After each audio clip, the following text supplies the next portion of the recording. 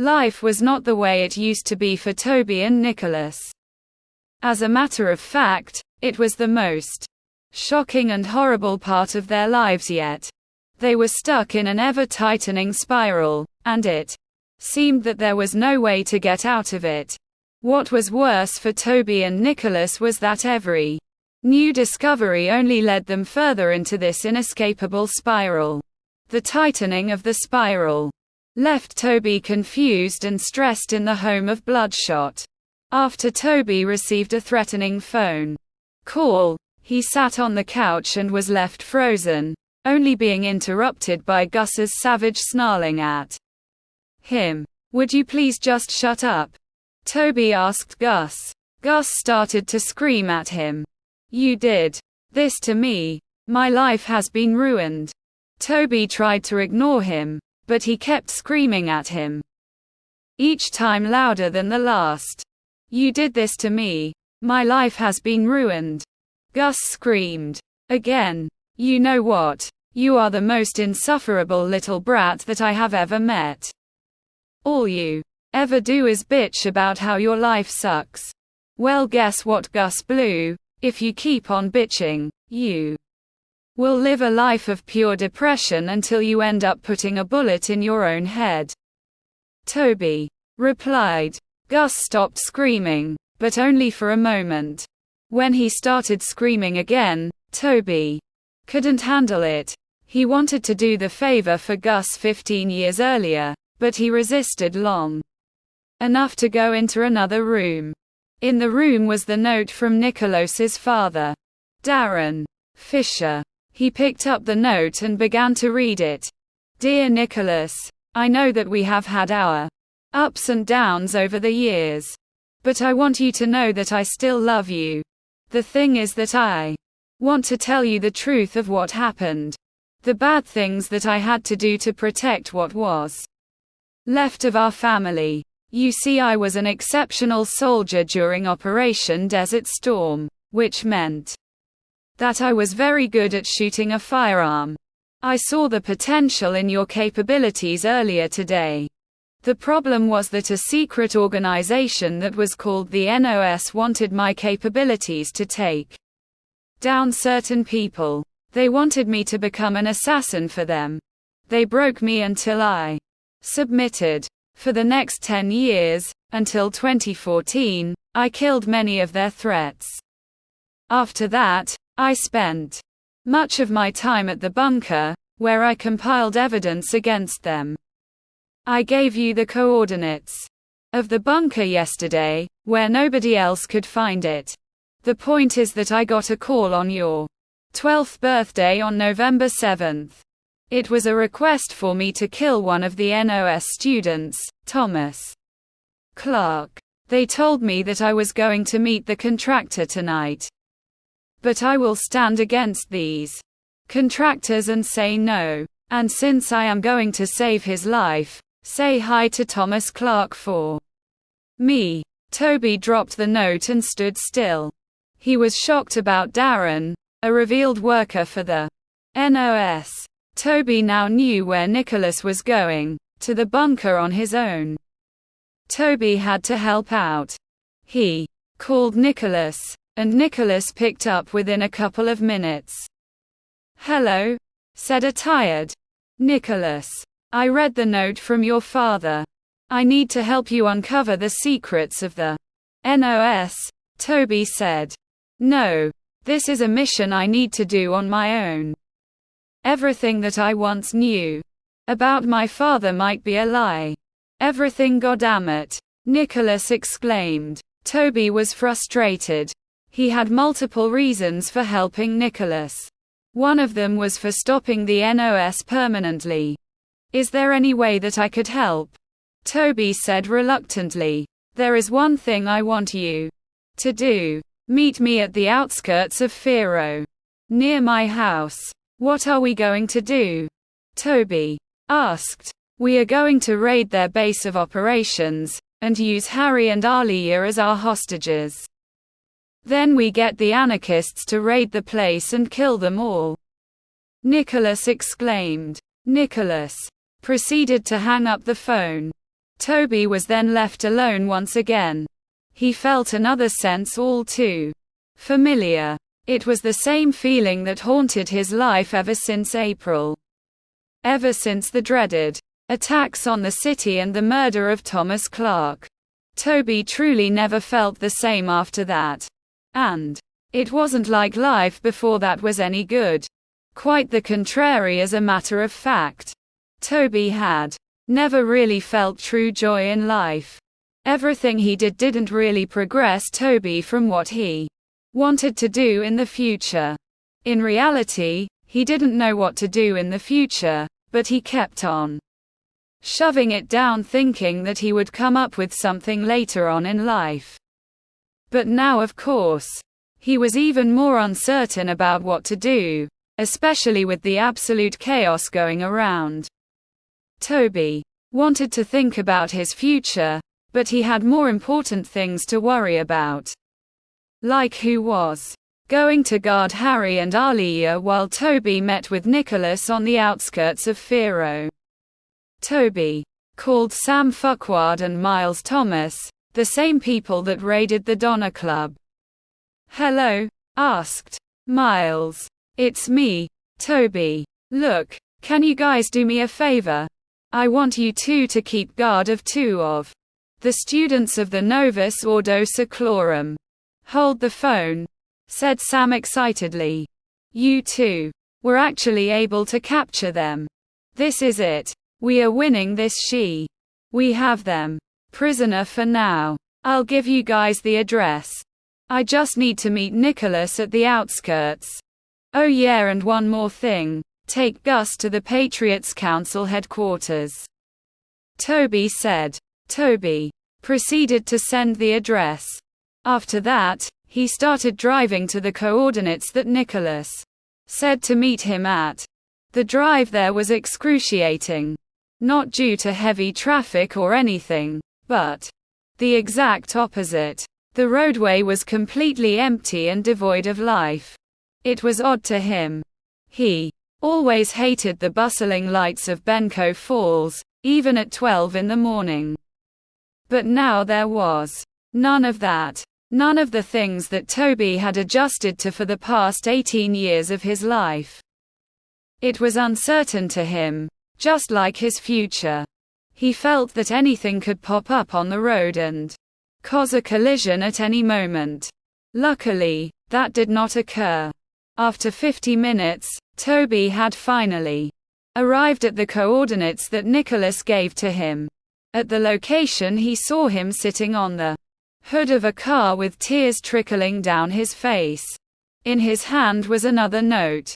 He seemed to be even more shocked about his discoveries, and Toby wanted in on the information. "What happened? What did you learn?" Toby asked. Nicholas stopped crying. He no longer seemed sad, but instead fueled with hatred. "It is none of your business. Didn't I already tell you that this was a mission that I myself would partake in?" "Oh wait, yeah, I did. And plus, it's personal," he replied. "Shouldn't I know?" Toby asked. "No, because today is the last day of the Novus Ordo Seclorum. After that, we can part our separate ways and move on with life." "And what if it fails?" Toby asked. "It won't," Nicholas responded confidently. "Now, when I get the signal from the anarchists, Operation No Nos will be a go. Our first stop will be at the rendezvous point, then we're going to assault their headquarters." "I hear you," Toby said. Toby and Nicholas waited and waited for any signal. Seconds turned to minutes, then to hours. With every second passing, both of them felt increasingly pessimistic about whether the operation would commence. But finally, after 2 hours of waiting in the empty fields outside of Firo, a loud beeping sound startled both of them. Nicholas looked with happiness in his eyes. "Go! It has begun!" Nicholas shouted at Toby. Toby then rushed to his car and began rapidly speeding down the empty highway, excited for what was to come, yet also concerned of potential failure. It was a cloudy Tuesday morning on November 9, 2004. A 16-year-old Harry Roots woke up to see just another normal day. But not for him, because today he had a plan that would likely change his life forever. He was going to drop out of school. He believed that the academic courses that he was taking were too easy for somebody like him. He thought out the potential negatives of dropping out, and the risk of him not succeeding in life. But Harry knew that he excelled at entrepreneurship, meaning that it would be a more likely chance of him prospering in the future ahead. After all, according to Harry himself, he was the most likely to be a billionaire. Harry did his usual routine of taking a shower, combing his hair, brushing his teeth, and eating cereal before going to school. But since today was going to be his last day at school, he chose to put on something more formal. He said goodbye to his parents and got a ride from one of his friends, a football player named Stephen Curry. "Yo Harry, what's up?" he asked. "Nothing much. Are you excited to get a copy of Halo 2 tonight? Because it will probably be the goddamn greatest video game ever made." Harry exclaimed. "Yeah. But the problem is that I got basketball tryouts tonight and I want to make varsity this year. So me and a couple of the other boys will probably start playing later tonight. But it makes me wonder, why aren't you trying out for the basketball team this year? I mean, you're the tallest guy the first. No. You wanted to try out last year, so what the hell changed?" Steph asked. "I don't know, man. I just want to get out of this place, and I plan to leave this accursed school as soon as possible," Harry said. "Yeah, I wish. But I have ambition to become the best player on the Freedom Miller Eagles. Even better than Connor Miller himself. I'm gonna be on the fucking NBA." Stephen screamed. "Better than Michael Jordan." "That's right, Harry. I'm gonna be the greatest basketball player of all time. That's real great for you," Harry said with a false smirk.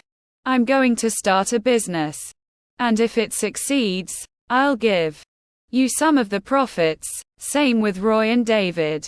I wish you the best of luck with that." "Are you gonna drop out of school?"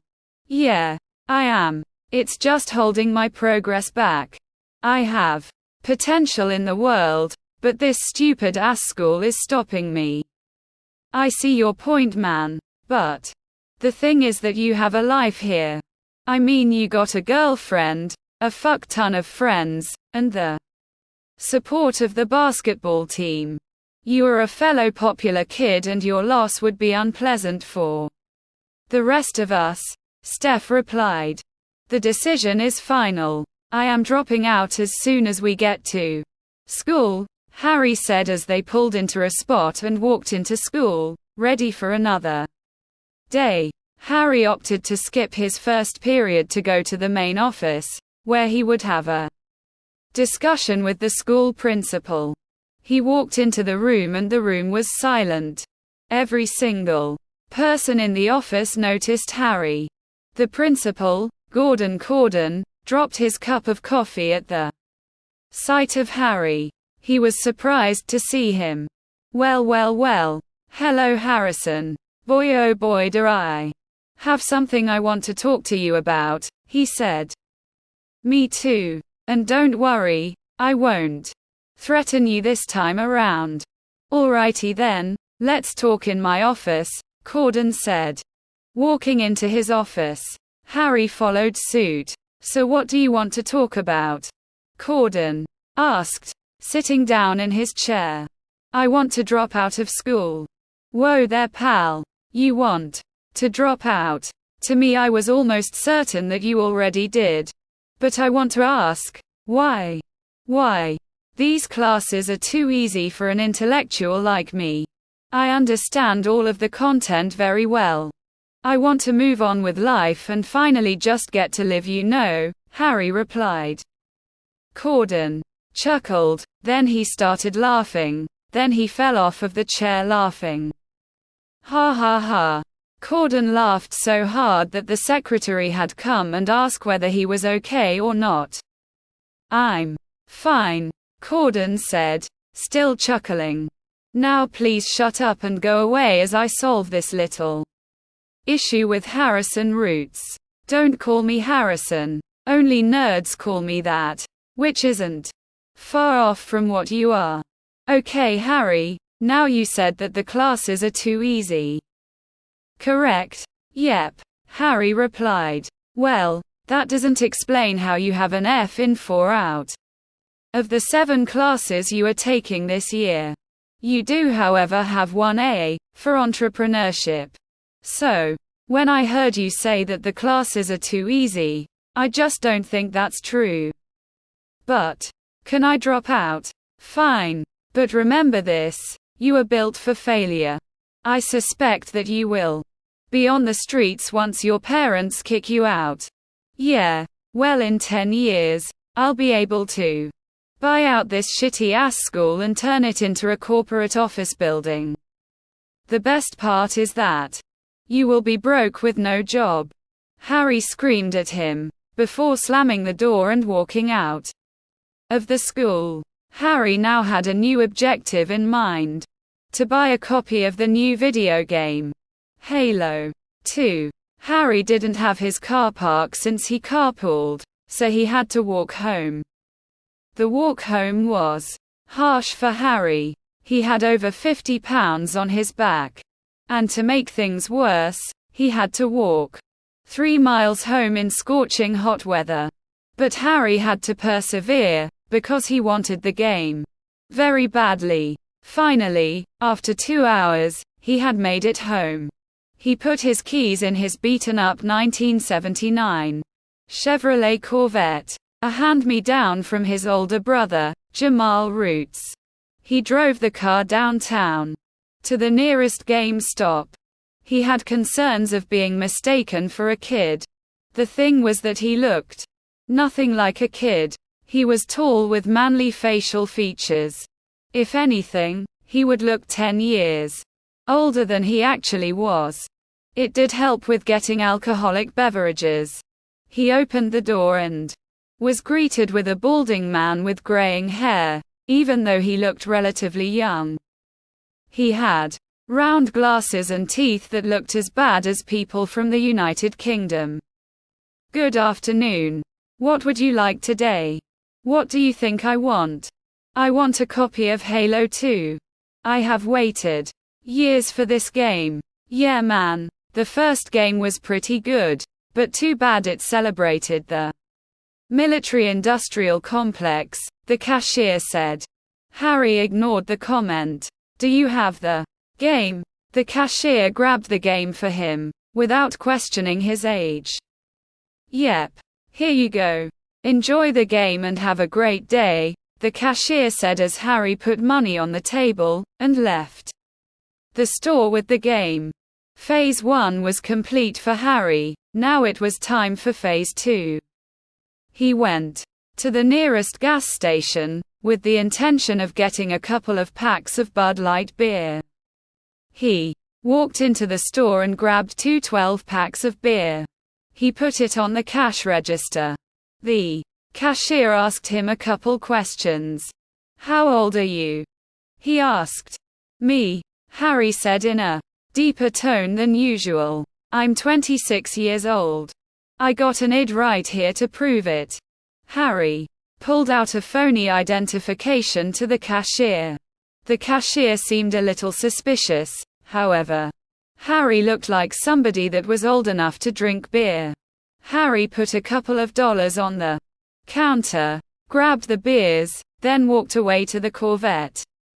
Harry drove off and started laughing maniacally. That's right. I got beer and I will succeed starting today, he exclaimed in the car. After the drive home, he put the disc into his Xbox and waited to boot it up. He started shaking. He was so excited to play Halo 2 for the first time. He played the first 10 missions for 10 hours straight, from 4 p.m. to 2 a.m. During that time, he drank 8 beers in those 10 hours. At 2 a.m., he felt off. A little bit drunk from the consumption of the Bud Light. He was extremely tired, but he was so close to beating the campaign for the very first time. He had to keep going. Who knows what would happen next? Would everybody die? He had to keep playing just to make sure. His eyes started to close, but he awoke himself, only to hear the sound of footsteps outside of his room. He turned off the Xbox and walked outside the room to see a tubby man with a brownish-gray beard holding a jar of sour cream and onion Pringles. What the fuck did I drink? Too many beers? Or is a fat ass eating my Pringles? Harry asked. The man chuckled. Me. I am real. I exist, he exclaimed.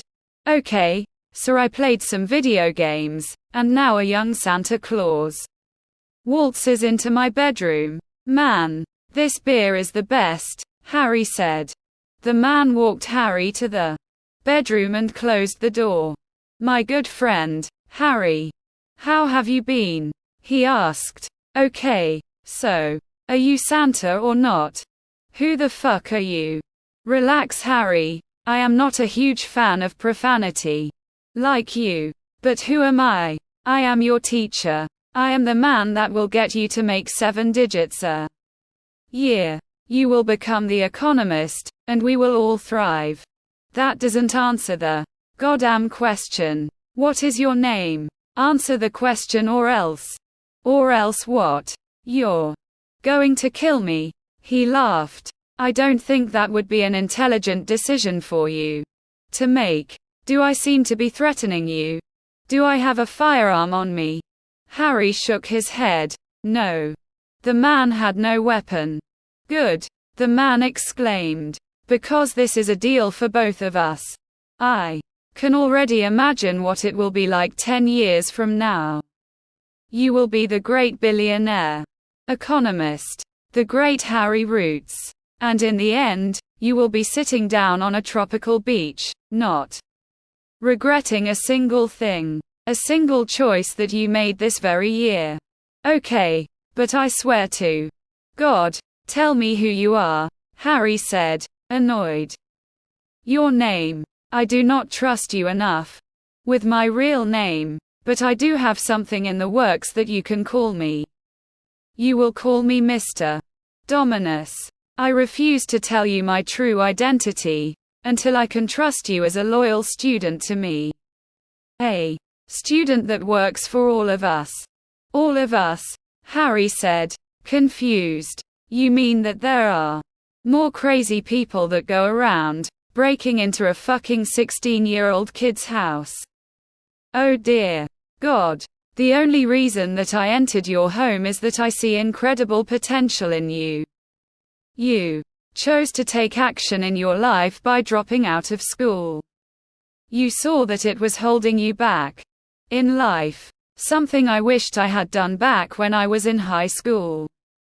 Of course, I was blinded back then. The major concern that I have for you is that you will just use it to play more video games and waste your time. I see you. You are incredibly gifted, Harry. I am your guide to your salvation. A guide to incredible wealth. All you need to do is say yes. And if I say no, what will you do to me? I will have to make sure that you do not say a single word about what happened tonight. If you try to be a hero and take me down, I am dragging you with me. Either we will both be in prison or you say nothing and live an unhappy life, struggling to pay the bills. And with the rising house prices, I would bet you would die alone on the streets with nobody ever remembering you. It's your choice, Harry. Wealth or homelessness? Which one will it be? Wealth, Harry said quickly. Excellent choice. Get a good night's sleep.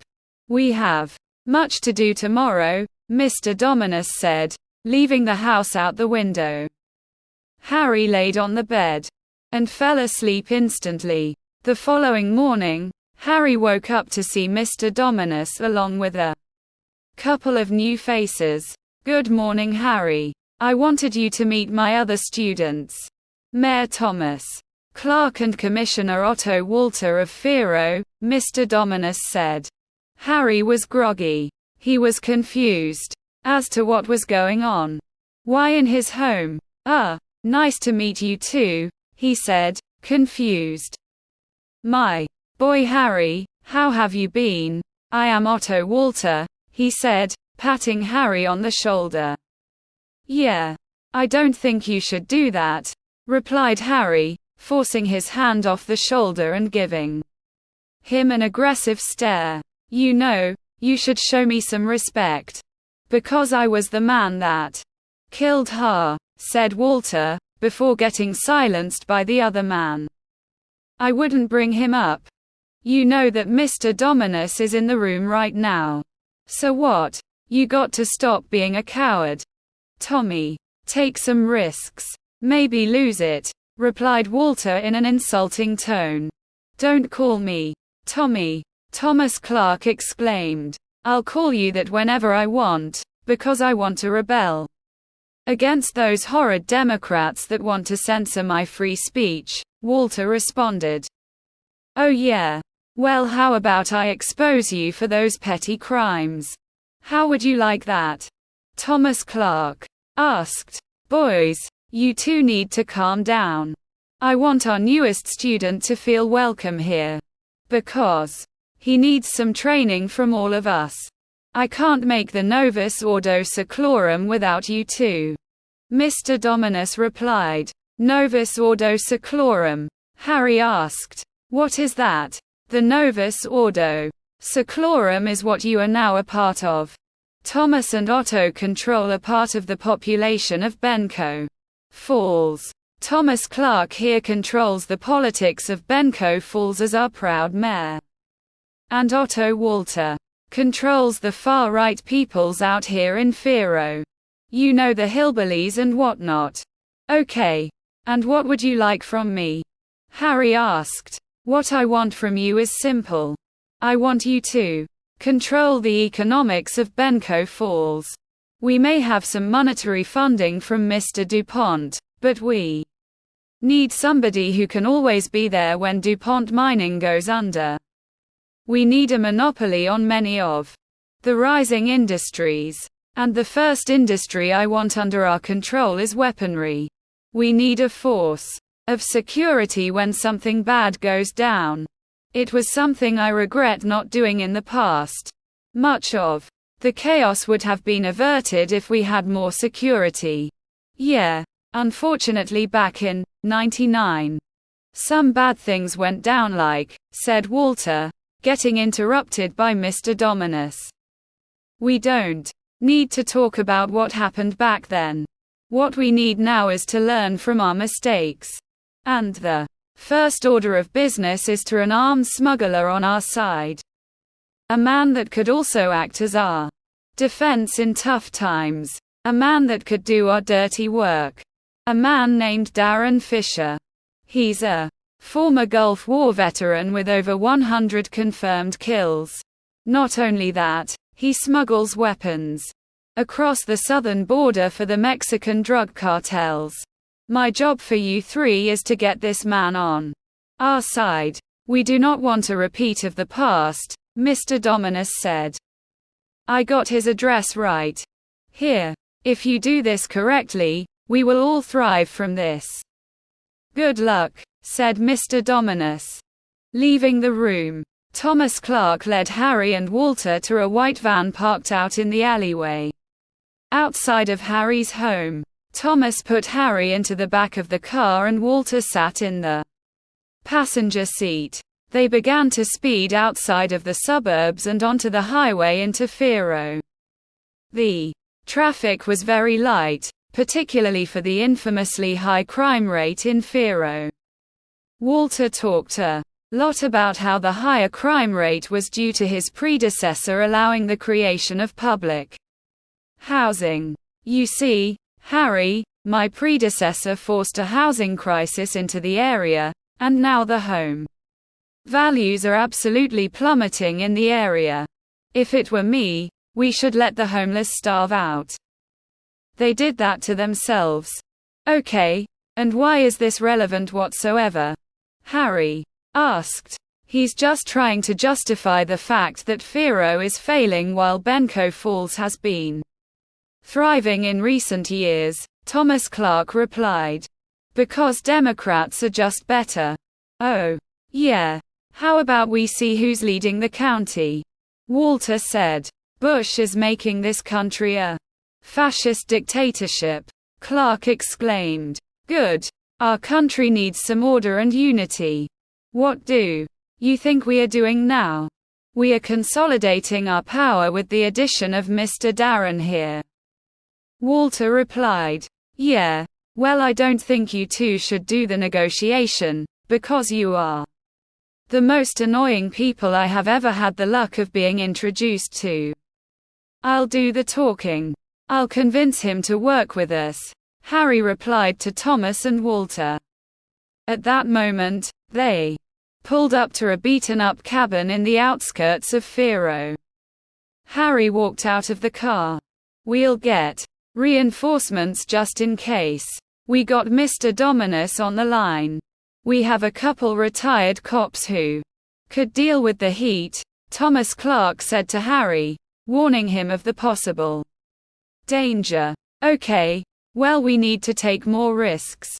No more being a coward, Tommy. Harry replied to Thomas Clark. Harry walked slowly into the cabin. He knocked on the door and there, a middle-aged man opened the door. What the hell do you want? The man asked. I want to make a little deal with you. You are Darren Fisher, correct? Yeah. Now just what do you want? Darren asked as he pointed a gun at Harry. Harry flinched at the sight of a gun, let alone a fully automatic weapon similar to the one Darren was holding. It was a terrifying experience for Harry. And he had to improvise. I would not suggest killing me, Harry responded. My friends will give you countless amounts of money. Money to ensure that you thrive. And plus, do you really want to kill a 16-year-old like me? Darren kept the gun pointed at him. Harry trembled in fear. He had to make the right move or else he would end up as a bullet-riddled carcass. Don't you fucking dare kill me. Just listen to me. If you kill me, you will be in prison. I am not threatening you in any way, shape, or form. I'm here because I just want to make a deal with you. I want you to work with us. Who is us? Darren asked. Are you goddamn cartel? Because I told them again and again. I will not die. They will. I believe you. I'm not cartel, you dumbass.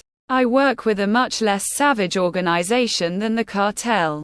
We will never try to kill you, and you can quit at any time. We just need a form of security and you can deliver, Harry negotiated. What do I get in exchange? Or are you some monster that will only exploit me for my skills? Darren asked, lowering the gun slightly. The gun was still pointed at Harry. However, what do you get in exchange? You will get stability, and most importantly, freedom. A free man would not deliberately point a gun at a man as soon as he stepped at the door. You are in fear. After all, who can you trust? Harry responded. Yeah, perhaps I should just kill you now, Darren said, putting his gun back up and pointing it back at Harry and turning off the safety. Oh fuck, Harry exclaimed. Me. You can trust me. Harry put out his hand and Darren pulled the gun all the way down. It was now only at Darren's side. What do you want me to do? Darren asked. Harry sighed in relief. I got a couple of friends. They will give you some information on what to do. I'll get them now. At that moment, Harry walked away from Darren and got into the van. Otto Walter and Thomas Clark looked at Harry, surprised. What happened? Thomas asked. What happened? I won. Darren is on our side now, Harry exclaimed with excitement.